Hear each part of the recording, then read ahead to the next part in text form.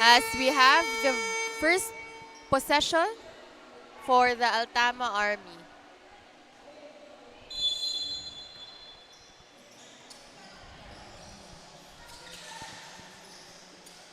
And now we have Sambile looking for Candelario. No good there. Carada with a rebound. Pingol now driving to the basket. Couldn't score their first shot for the Uratex Dream. And Bora is gonna try that 2 points. Makes that their first 2 for Altama Army. Great shot by Borja, no? Again, hindi biro itong Eurotech Stream. I think the best way to beat them, no, is to outscore them in the early minutes para kahit paano makapag-relax ka. Yun ang sinasabi ko. They are clearly trying to do that, no? Outscore them in the first early minutes. Altama Army who lost against the Lady Macbeth earlier with Lovejoy Candelario having 5 points and Soriano with only 1. So let's see here if LJ Candelario still score that much points, much needed points for her team today. For her team now against Uratex Dream. Now our score would be 0-3 in favor of Altama Army.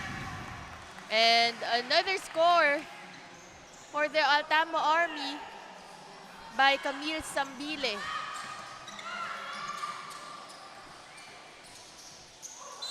Candelario got fouled there.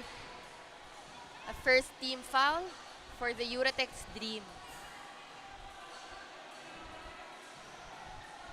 The Altama Army players who are composed of Soriano, former FEU Lady Tamarao, Candelario, a former UE Red Warrior, Chak Kabinbin, private first class Chak Kabinbin, who used to play for the Lyceum of the Philippines, and the MVP in the WNCAA, Private Camille Sambile, former FEU also, Lady Tamaraos, and Corporal Marilord Socorro Borja, a 3-time UAAP champion also from the FEU Lady Tamaraos. Mukhang gustong bumawi dito, no? Ng Altama Army because they lost to the Lady Macbeth Riots. Tulad ka ng sabi mo, Hana. And itong Eurotech's Dream, after dominating their first win, no? Only allowing 3 points for J3, diba? Nung first game nila. Ngayon, they're scoreless with Altama Army scoring 6 and counting. So, mukhang ginulat ng Altama Army itong Eurotech's Dream. Let's see kung anong adjustments ang gagawin nitong Eurotech's Dream. Lalo na, again, this is a loaded team. Grabe yung credentials ng mga to. You can't count them out just yet. What a nice fake there by Vanji Soriano. And now everyone has a score for Altama Army. Make that lead to 7-0 with 7 minutes and 17 seconds. Asambile, another one Hana, for her. Hana, kanina tinanong mo ko, how will they contain Christina Dico, no? At kita natin na they contain her by not even letting her enter inside the paint, no? Denying her agad even before she gets the ball. And what a burst of score here for Altama Army. Sambile now with 3 points. Also with Candelario. And just great performance here by Altama Army with 4 minutes. With just 4 minutes have passed for our ball game. Still scoreless for Uratex Dream. Struggling for that score. Can this be their first shot? No. For Pingol. Again for Soriano. Soriano driving but loses the ball. Ball goes to Uratex Dream. Uratex Dream still scoreless and has 2 team fouls now would you think be the adjustment they need, Cholo, para makascore and hindi sila malamangan ng sobra-sobra ng Altama Army? Well, kanina, no, they had a good percentage outside the 2-point area. So I think that's one angle they should look at, no, since nade-deny sila inside the paint.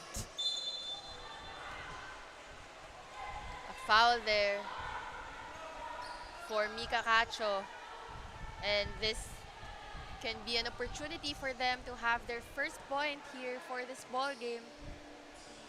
Mika Cacho on the line, and that's it, our first point by Mika Cacho. Outside play. Great defense there by Harada. Giving the ball to Yoratex now. Cacho passes to Pingol. Pingol looks for a space for a drive. However, it was called for a traveling. And they are really on a slump, though. But it's good that they've gotten on board with a single point. However, it will take more than that para makabalik sa larong ito. Foul was called there. Foul on the white shirts. Uratex Dream now with 3 team fouls. Half again before reaching the 6th. No there for Tina Dicon. Cacho giving it to Pingol for 2, no good. However, there's a foul called and will be on the line. A foul on Borja. This is Uratex Dream's chance to remove their slump, no, and start a run. As free throws, I believe, are basically a cheat code in basketball, no? Tigil ang oras, walang bantay sa harap mo, walang gumagalaw. It's your chance to score for your team. And a good one there by K. Pingol, making that lead to 6 now. Pingol again with the ball. However, was guarded by Bora, got a foul.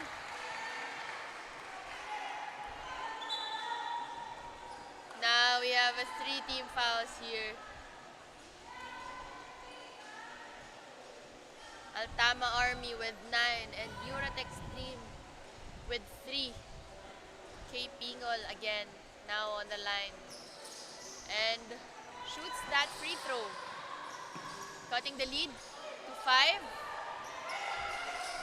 K. Pingol loses, scores the 2, cutting the lead now to 3. K. Pingol with 5 points now.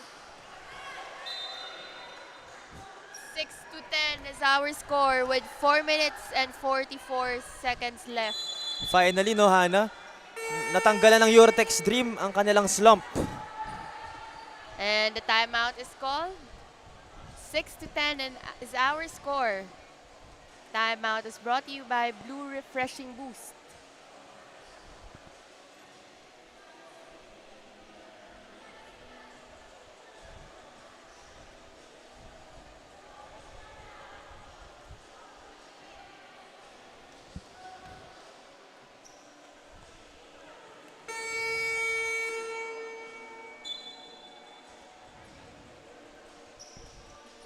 And we're back to the ball game. Ball would go to the Altama Army. Borja, point guard and a 3-time UAAP champion. And is part of the Mythical 5. And was also the finals MVP for the Army basketball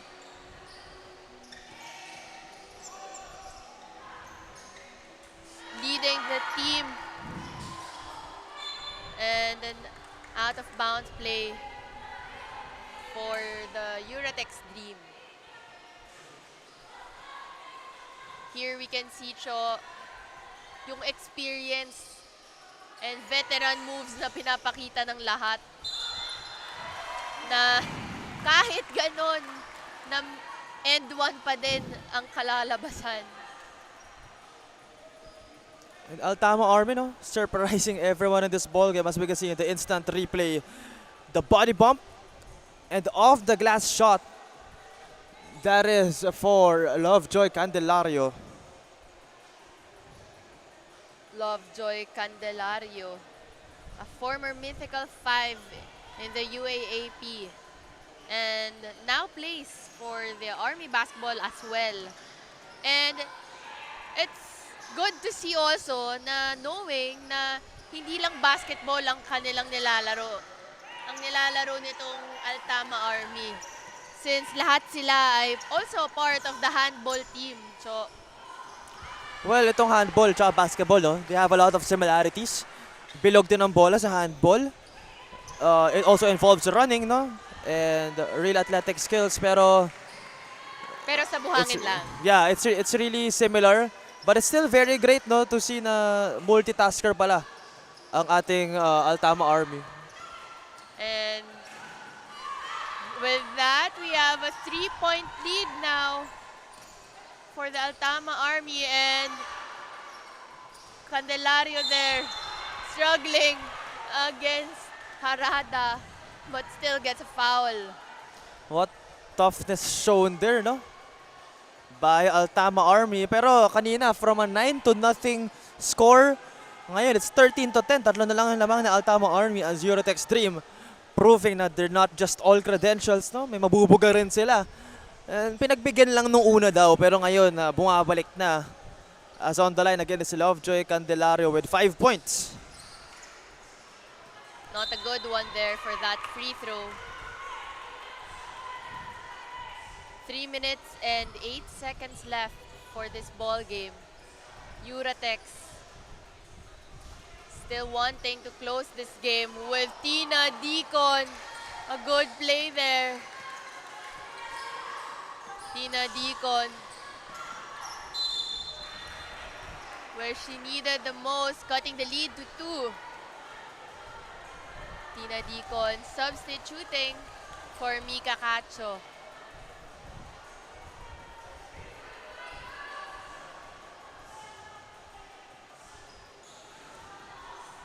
Candelario now on the free throw line again.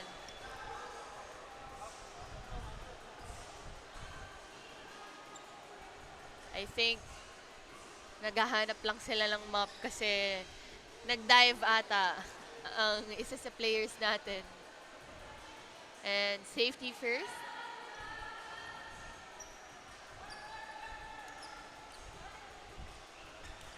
And we can see here our Eurotex Dream strategizing on how they can cut the lead and get this win with only 2 minutes, with only less than 3 minutes remaining for this ball game.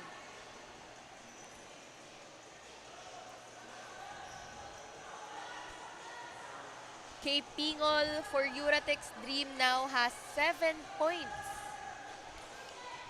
Harada with 2, Deacon with 1, Cacho with 1 as well.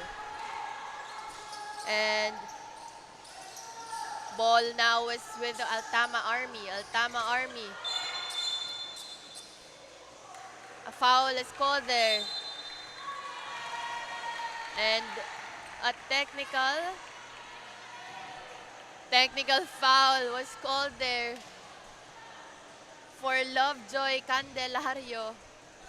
So we can see here the emotions also between each player. Kita natin, no, very intense ang ating laban. Nakikita natin na nagkakaroon na tayo ng mga extra movements, yung mga tactics ng ating players to. And I think it's part of the game lang naman. No? It makes the game a lot more exciting, no? A lot more intense. And that's where we'll will see na both teams would really want to win. At hindi talaga sila magpapatalo with K. Pingol with that end one. Making a lead to 1, but then has still a free throw. Here we can see the instant replay with K. Pingol And it's, with an end one. and it's K. Pingol, no? Who has been the hero for Eurotech's Dream in this ball game. No, last game nila medyo tahimik siya eh. But in this ball game, no, she chose to be the initial noise bearer. And now she has 8 points. Potential to make it 9. 16 fouls for both teams, Hana. 16 fouls. K. Pingol now with 8 points. And scores. K. Pingol tying the ball game. A very intense ball game we have here. Another foul. Another foul for the Eurotech's Dream. And since we reached 7 team fouls now for Eurotech's Dream, that means Altama Army will shoot 2 free throws. It's getting more intense, no? The aspects of the game na ganito, yung mga emotion, mga ending minute fouls, no?